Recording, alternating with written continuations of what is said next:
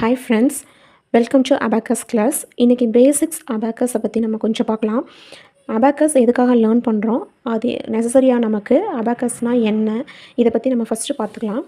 First of all, why do we learn abacus? நம்ம எதுக்காக abacus கற்றுக்கணும் அப்படின்னா, இப்போ கால்குலேட்டிங் டிவைசஸ்லாம் நிறையா இருக்குது. ஃபார் எக்ஸாம்பிள் கால்குலேட்டர், மற்றது எல்லாமே இருக்குது. நம்ம சிஸ்டம், கம்ப்யூட்டர் எல்லாமே அதில் கால்குலேட் பண்ணால் நமக்கு அக்யூரேட் ஆன்சர்ஸும் கிடைத்திருது வித் லிமிட்டட் டியூரேஷன். ஆனால் நமக்கு அபாக்கஸ் நமக்கு யூஸ் பண்ணுறதுனால குழந்தைங்களோட ஒரு மென்டல் பவர், அவங்களோட க்ரியேட்டிவிட்டி, கான்சன்ட்ரேஷன் பவர், இது எல்லாமே இம்ப்ரூவ் ஆகும்.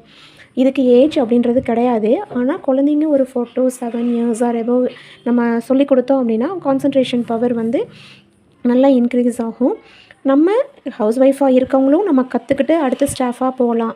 அதனால் இதுக்கு கற்றுக்கிறதுக்கு ஏஜ் எதுவுமே கிடையாது.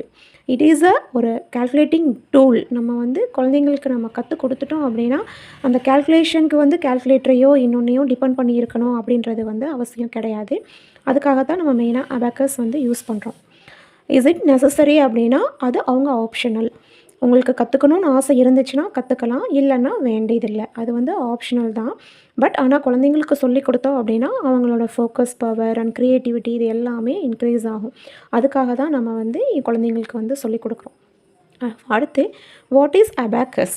நம்ம அபாக்கஸ்னால் என்னன்னு ஃபஸ்ட்டு நம்ம தெரிஞ்சுக்கிறோம். It is one of the calculating tool.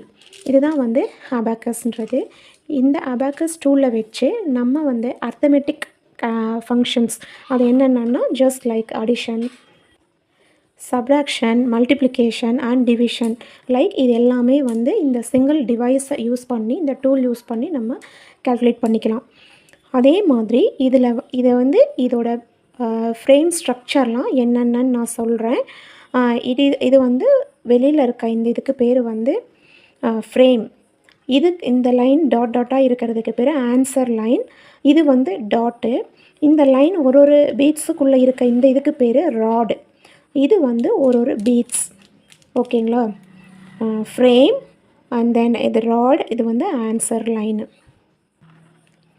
இது ஆன்சர் லைனு. இதில் 13 ராட்ஸ் வச்சுருக்கு. 15 ராட்ஸ் இருக்கும், 17 ராட்ஸ் இருக்கும். இப்போ நம்மக்கிட்ட இருக்கிறது 17 ராட்ஸு. இது எந்த ராட்ஸ் வச்சு வேணுனாலும் நம்ம யூஸ் பண்ணிக்கலாம். பட் ஒரு ராடு நம்ம வேல்யூ மட்டும்தான் சேஞ்ச் ஆகும்.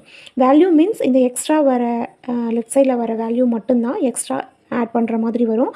மற்றபடி எல்லாமே ஒன்று தான், ராட்ஸ் எல்லாமே.